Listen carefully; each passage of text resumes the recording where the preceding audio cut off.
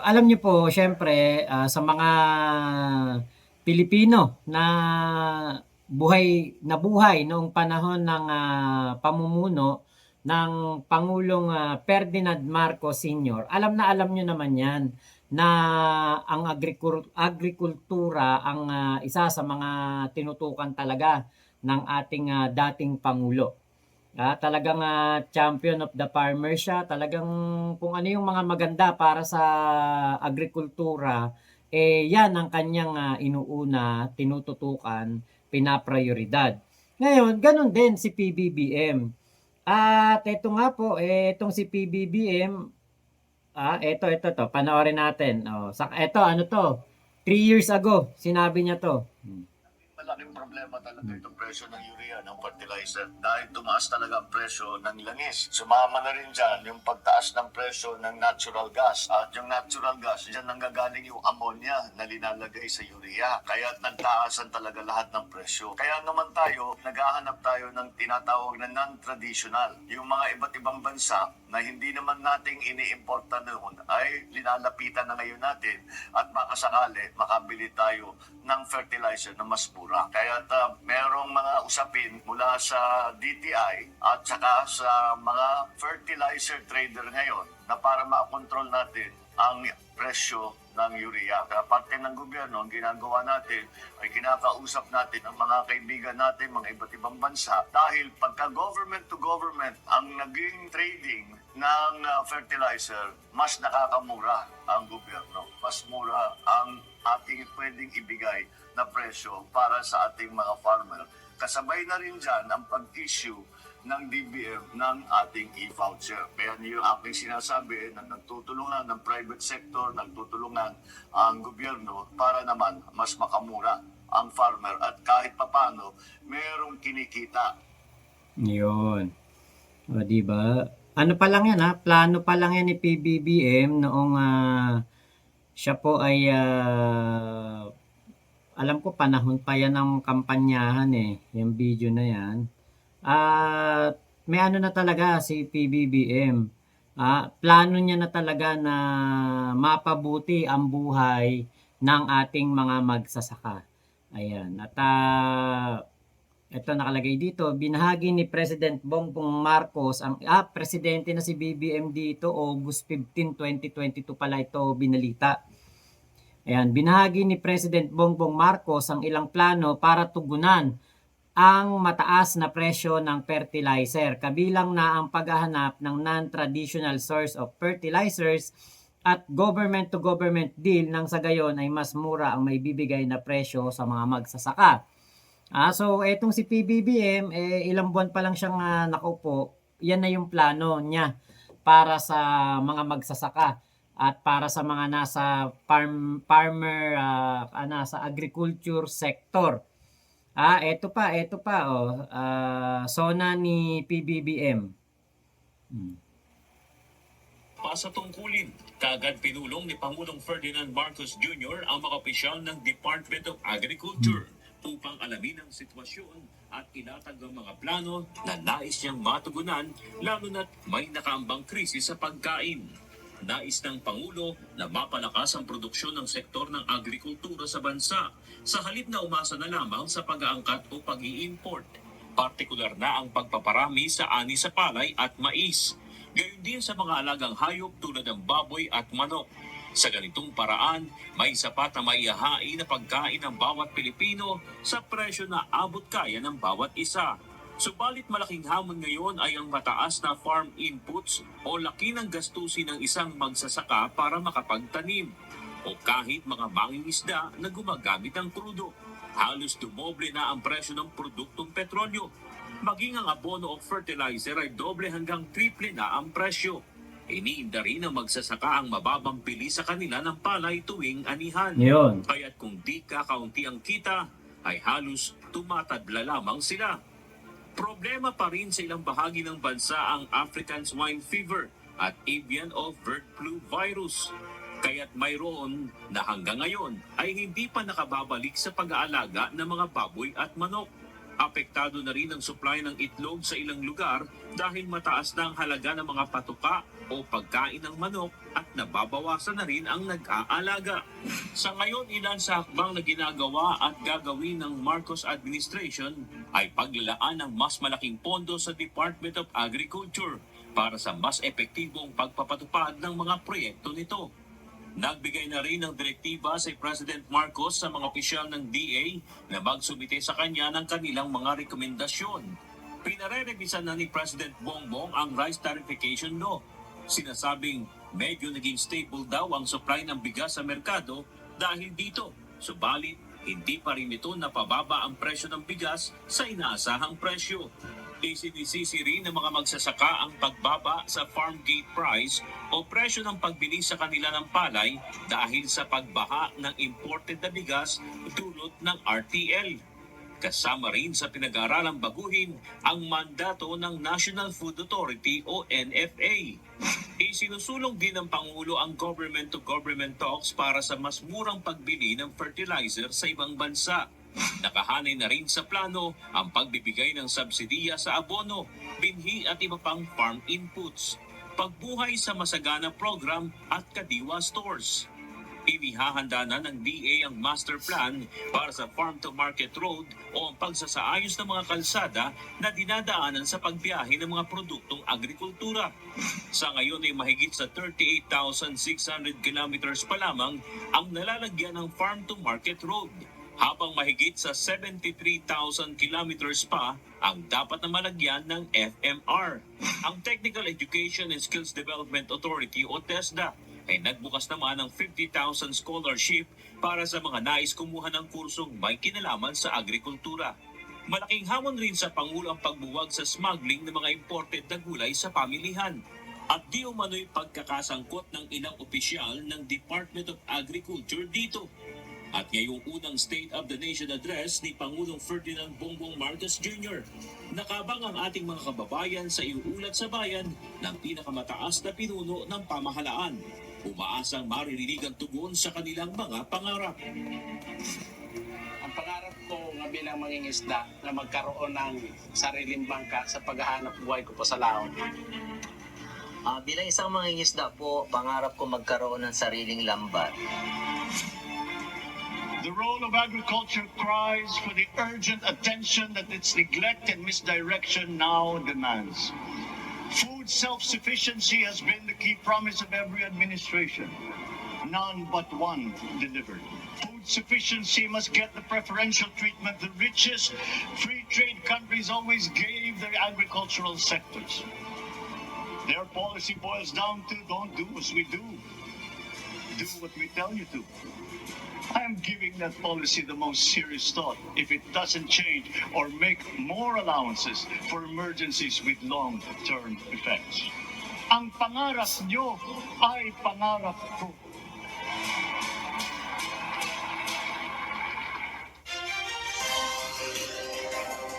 So yan po sa unang SONA pa lang po ni Pangulong Bongbong Marcos yan.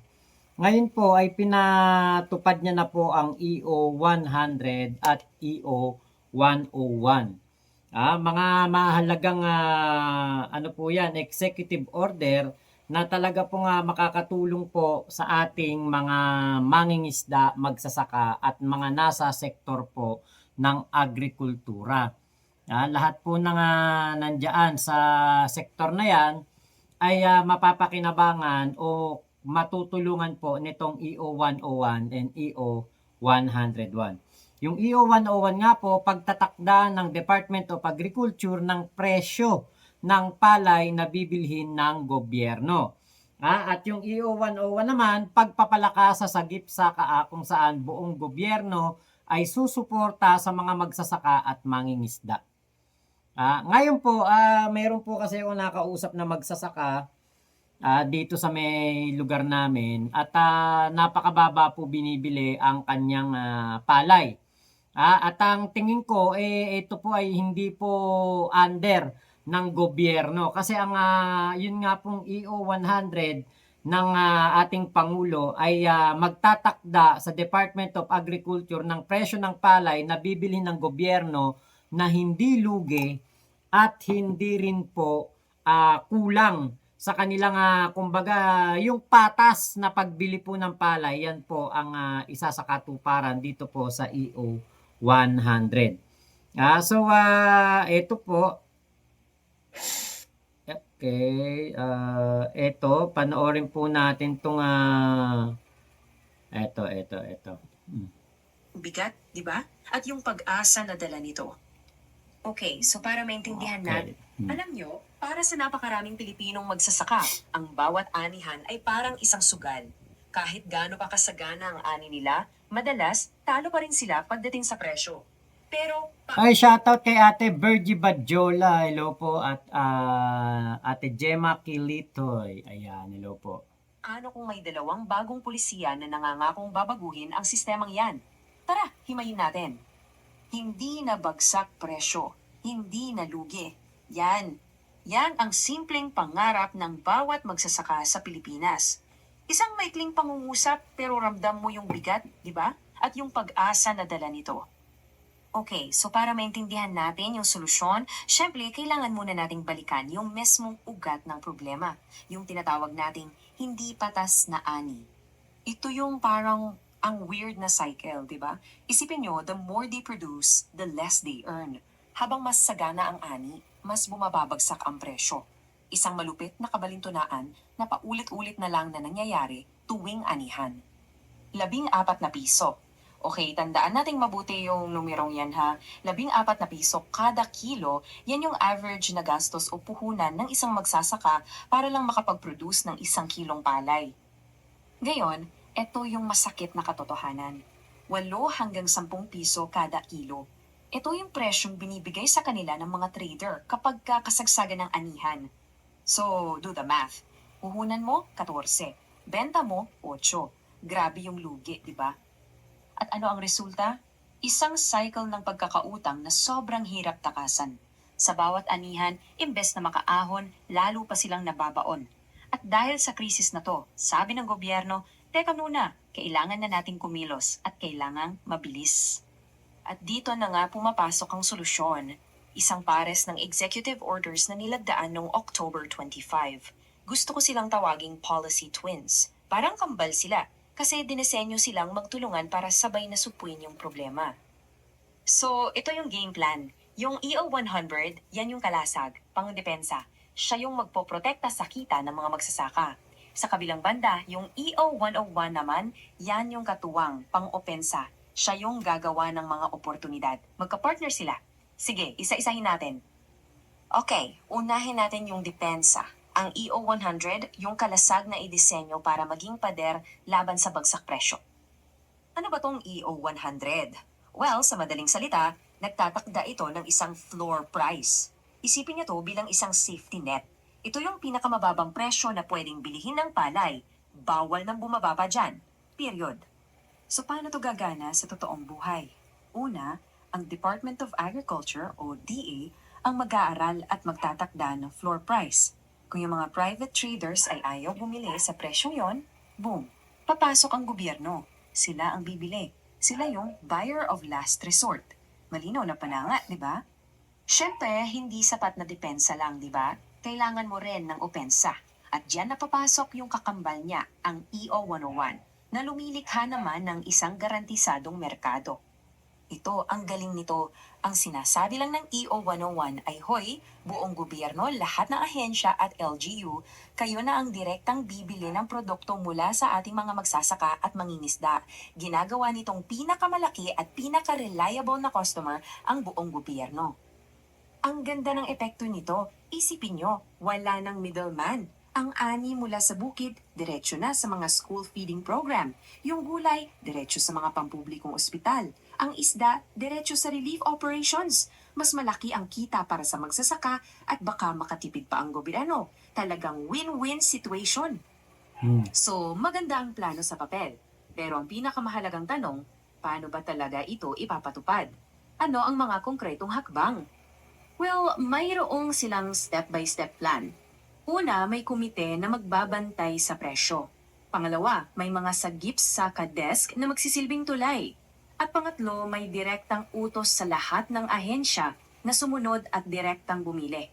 Simple, diretsahan at organisado.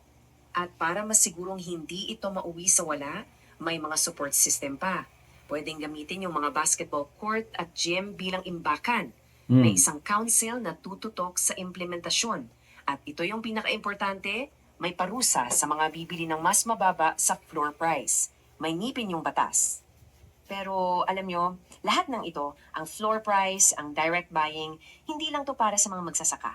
Ito ay tungkol sa isang mas malaking pangarap na apektado tayong lahat, ang seguridad sa pagkain ng bansa. Dito talaga natin makikita yung malaking pagbabago sa pananaw. Mula sa pagtingin sa magsasaka bilang biktima na kailangan lang ng ayuda, ngayon tinitingnan na sila bilang mga mahalagang katuwang sa pag-unlad ng bansa, isang proactive partnership. At sa huli, dito lahat yan bumabagsak. Napakasimple pero napakalakas. Pagkain para sa bayan, kita para sa magsasaka. Tinitiyak ang pagkain nating lahat habang tinitiyak din ang kabuhayan ng mga nagpapakain sa atin. Balanse, yun ang goal. Kaya yan ang tanong na iiwan namin sa inyo. Sa papel, napakaganda ng plano, di ba? Pero ang tunay na pagsubok ay nasa pagsasakatuparan nito. Ito na nga kaya ang magiging susi para ang bawat ani ay maging tunay na masagana, hindi lang sa produkto, kundi pati na rin sa kita ng bawat Pilipinong magsasaka. Tingnan natin. Iyon. Ito pong video na ito, ang ganda ng presentation niya. Itong yung mga plano na nabanggit pa lang noon ni PBBM sa kanyang unang SONA at sa kanyang pagkapanalo noong 2022 election. Kahit nung panahon ng kampanya, naririnig na natin yan kay PBBM, yung mga plano na gusto niyang gawin sa sektor ng agrikultura dahil yan po ang isa sa pinaka-importanting sektor sa ating bansa, agriculture. Yan ang nagpapakain sa atin. Yan ang naglalagay ng pagkain sa ating mga mesa. Kung walang mga nagtatanim, wala po tayong kakaining mga gulay, prutas, at mga bigas. Kanin na isasaing, di ba? Bigas na isasaing. So, napakahalaga po ng papel ng mga magsasaka sa ating buhay ng mga Pilipino. Sila ang ating kumbaga nagpapakain sa atin. Ngayon, dahil nga po sa pagmamahal ni PBBM sa sektor ng agrikultura, nabuo itong EO100. At ito pong EO100, sana po ay marami ang dito, kumbaga makipagtulungan. Kasi alam niyo po, meron po ako isang magsasaka na nakausap. Abay, binibili po ang kanilang palay ng 13 pesos lamang. Kaya ang ginawa niya, siya po ay nag-convert. Kumbaga sa halip na palay, yung bigas na yung normal na palay ang kanyang itanim, nag-black rice siya para mas malaki kasi ang bili sa black rice. Ngayon, ito pong magsasaka na ito na nakausap ko, masama loob niya kasi 13 pesos lang nabibili ang kanyang palay na luging-lugi. Luging-lugi kasi syempre 13 pesos, ang puhunan mo 14 pesos. So ibig sabihin yung buong panahon ng iyong pagtatanim, parang thank you lang. Parang wala ka talagang kinita. Parang parang nagtanim ka lang para magkaroon lang ng pagkakaabalahan pero hindi ka kikita. Ngayon, dito sa EO100 na ito ni PBBM, sana po ay ito ay maging hudyat at sana ito ay talagang ma-implement. Kasi alam niyo po, meron pong ilang mga bumibili ng palay na sinasamantala po ang mga farmers na binibili nila ng mura para sila lang ang kumita at yung mga farmers, papautangin pa po yan. Papautangin nila ng papautangin para sa kanila lang ibebenta ang kanilang mga palay na aanihin. So, ang mangyayari, baon na sa utang si farmer, ang mangyayari pa, hindi pa po kikita. At obligado pang magbayad ng pinuhunan sa kanyang pagtatanim. Kaya po sana maging yung implementation nitong EO100 na ito sa Luzon, sa Visayas at sa Mindanao po ay maging maayos para po hindi po lalong mabaon sa kahirapan ng ating mga kababayan na farmers. At ito naman po nga pagpapalakas sa sagip saka kung saan buong gobyerno ay susuporta sa mga magsasaka at mangingisda. Kung hindi daw po mabibili ng Department of Agriculture, yung LGU na daw ang bibili. Sana nga talaga magkatotoo yan. At yung kanilang mga palay, kung walang maiimbakan, pwede daw gamitin ang mga municipal gym at ang mga basketball court. Diba? Ang ganda nun. Diba? Ang ganda nun. Kaya po itong ating Pangulong Bongbong Marcos, hindi lang po 20 pesos na per kilo ng bigas ang kanyang isasakatuparan. Kung hindi po, yung kumbaga yung tamang kita ng mga magsasaka ibibigay. Kasi yan po yung, kasi ako naranasan ko talaga, nagulat talaga ako nung sinabi sa akin 13 pesos lang per kilo ng palay binibili. Tapos ang puhunan 14. Diba? Di lugi yung aking nakausap na farmer. Sana nga po ito maging maging daan na rin po para masiguro na ang mga magsasaka po natin ay hindi po nabibiktima ng mga ganid na mga namumuhunan sa pagbili ng palay. Sana 'di ba sa kanila na sa gobyerno na talaga. Gobyerno na talaga ang bumili at lagyan ng price floor. Kumbaga, yun yung pinakamababa lamang. So kung 14 pesos ang puhunan para mabili ang kumbaga para makapagtanim ng palay, 'di ba? Siguro kung bibigyan sila ng 20 pesos, 'di ba? Kada kilo ng palay, malaking tulong na po 'yun. Meron na silang kita na 6 na piso sa bawat kilo ng palay na kanilang ibebenta.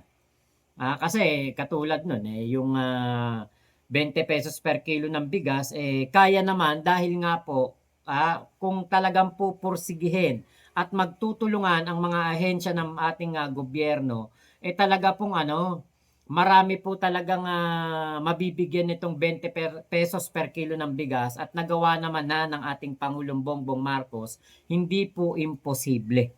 'Di ba? So, yung 20 pesos per kilo ng palay na ibibigay, 'di ba? Kung kaya po 'yan ng gobyerno, 'di ba? Isasubsidize nila yung para naman po sa pagpapagiling, kumbaga syempre galing palay, gigilingin 'yan, magiging bigas, 'di ba? Kung isasubsidize yan ng gobyerno pa, kayang-kaya po talaga yung 20 pesos per kilo ng bigas. Kaya po magandang bagay po ito na ang ating Pangulong Bongbong Marcos hindi niya kinakalimutan ang kanyang plano, ang kanyang pangako para po sa sektor ng agriculture. 'Di ba? So masakit na naman ito para sa mga DDS kasi nga po ang isa sa mga pinabayaan po ng dating Pangulong Digong ang sektor ng agrikultura. Napakarami pong farmland ang na-convert sa subdivision, na-convert sa mall, na-convert sa mga industrial. At hinayaan ni Digong na maging pogo ang mga farmland. Kaya po ito ay isang malaking katotohanan na kaya po naging mahirap o malaking hamon para kay PBBM ang 20 pesos per kilo ng bigas dahil nga po diyan sa pinalabas na kautusan ni Digong yung rice tariffication law at yung pagpabor sa mga imported rice. Pagpabor sa mga imported na bigas, yan ang nagpahirap lalo sa ating mga magsasaka. Kaya po ngayon, sinusolusyonan na po ito ng ating mga nasa gobyerno, ng lahat ng ahensya. Whole government approach po ang kanilang ginagawang pagsagot dito po sa napaka-laking issue ng agriculture. Di ba naalala nyo noon, umabot pa nga yung sibuyas, umabot ng parang 500 yata per kilo. 'Di ba? Kaya po ngayon, si PBBM, 'di ba, nakita niya yung, problema na 'yan. So, isang masusing pag-aaral para magkaroon po ng isang napakaepektibo na solusyon ang kailangan. At tingin ko nakita na ni PBBM ang solusyon sa problema na ito. Kaya po may EO 100 at may EO 101 na malaking tulong po para sa ating mga magsasaka at